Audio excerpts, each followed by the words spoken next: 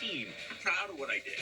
And, I'm not, proud of what happened the last 4 years. We're on it, the new chapter for the Broncos and their most popular figure ever. Some other things in life that I'd like to do, but I'd still like to be involved in football. And new tonight at 9, one Colorado school district already vaccinating staff. How did it happen? And what about other districts? The problem solvers are on it. Also, how a suspected case of COVID actually saved this Colorado mom's life. I have something much worse, but it's treatable.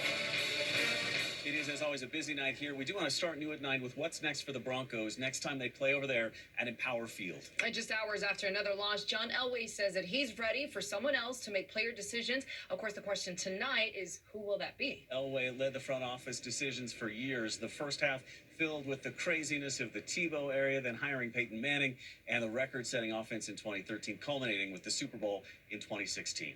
But it's been downhill from there. The Broncos have had 4 losing seasons in a row. Elway admitting that's one reason for the change. Fox 31 is on it with those who might want the new job and the Broncos superfans who say it's about time. Live at Empower Field. Let's start with him, Greg. Yeah, Jeremy, Super Bowl 50 seems a long time ago for a lot of fans in Broncos country. 5 seasons of what have you done for me lately has led to a fresh start in 2021.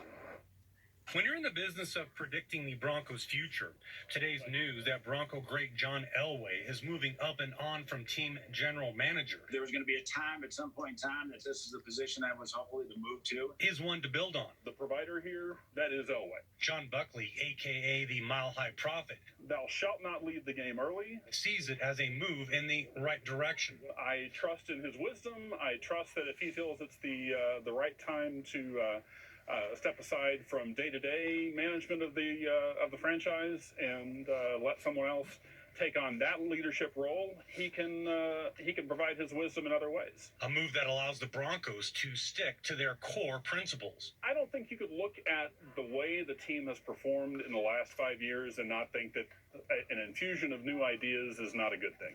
And he's not the only one in Broncos country paying close attention. To live that life as a super fan was epic, and I hope to see it again one day. So was Catherine Highland, a.k.a. Bronco Babe, His lowest low was probably passing up on Josh Allen. who says Elway, the GM, has had a tougher time these past 5 years than at any time as the Broncos Hall of Fame QB. I think the fans and all of us have hoped that something like this would have happened even though maybe 2 years ago. But we're happy to see it now for sure because there needed to be something done. But you can still see the lights at the end of the tunnel. To rile people up. While Mile High Prophet can see it much further down the road than that, especially since it still means number 7 is still in those Rocky Mountains. The decision to bring in a new general manager can only have a positive influence on the organization, and our future is just absolutely bright.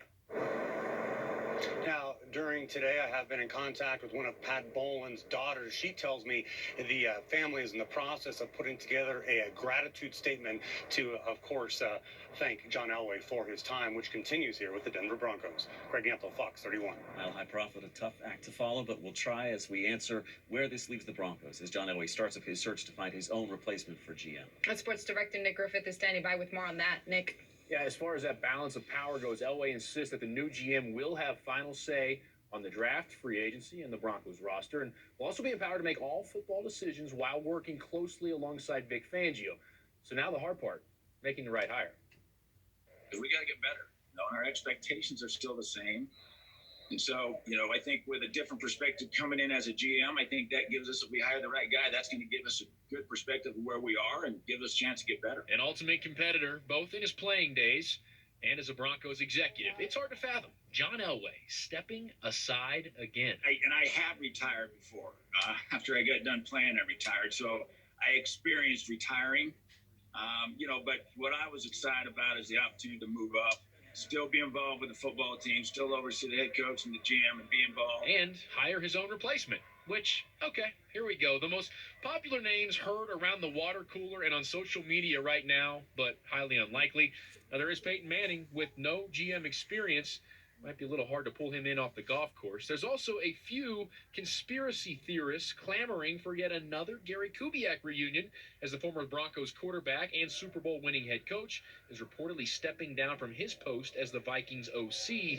But more realistic names on the list right now. And John Spytek, all currently holding down some high-profile jobs with the 49ers, Texans, and Buccaneers, but all with former jobs and roots that started here in Denver with the Broncos. So I think that what we do is really go into this thing with our eyes wide open and see where the strengths are of different people, and then we have to make a determination of which person with the strengths that best fits what we need. Champ Kelly, Lake Dawson, Thomas Dimitroff, also some potential names to throw up on that list of possibilities. We will, of course, along with all of Broncos country, be following this process very closely. Nick Griffin, Fox 31. Big development for sure, Nick. Thank you. Turning now to the coronavirus pandemic in Colorado, and good news for the new year for businesses across the state. Take a look at this map, and all that orange. Restrictions have now been loosened for counties in red level on the COVID dial. They're now at orange level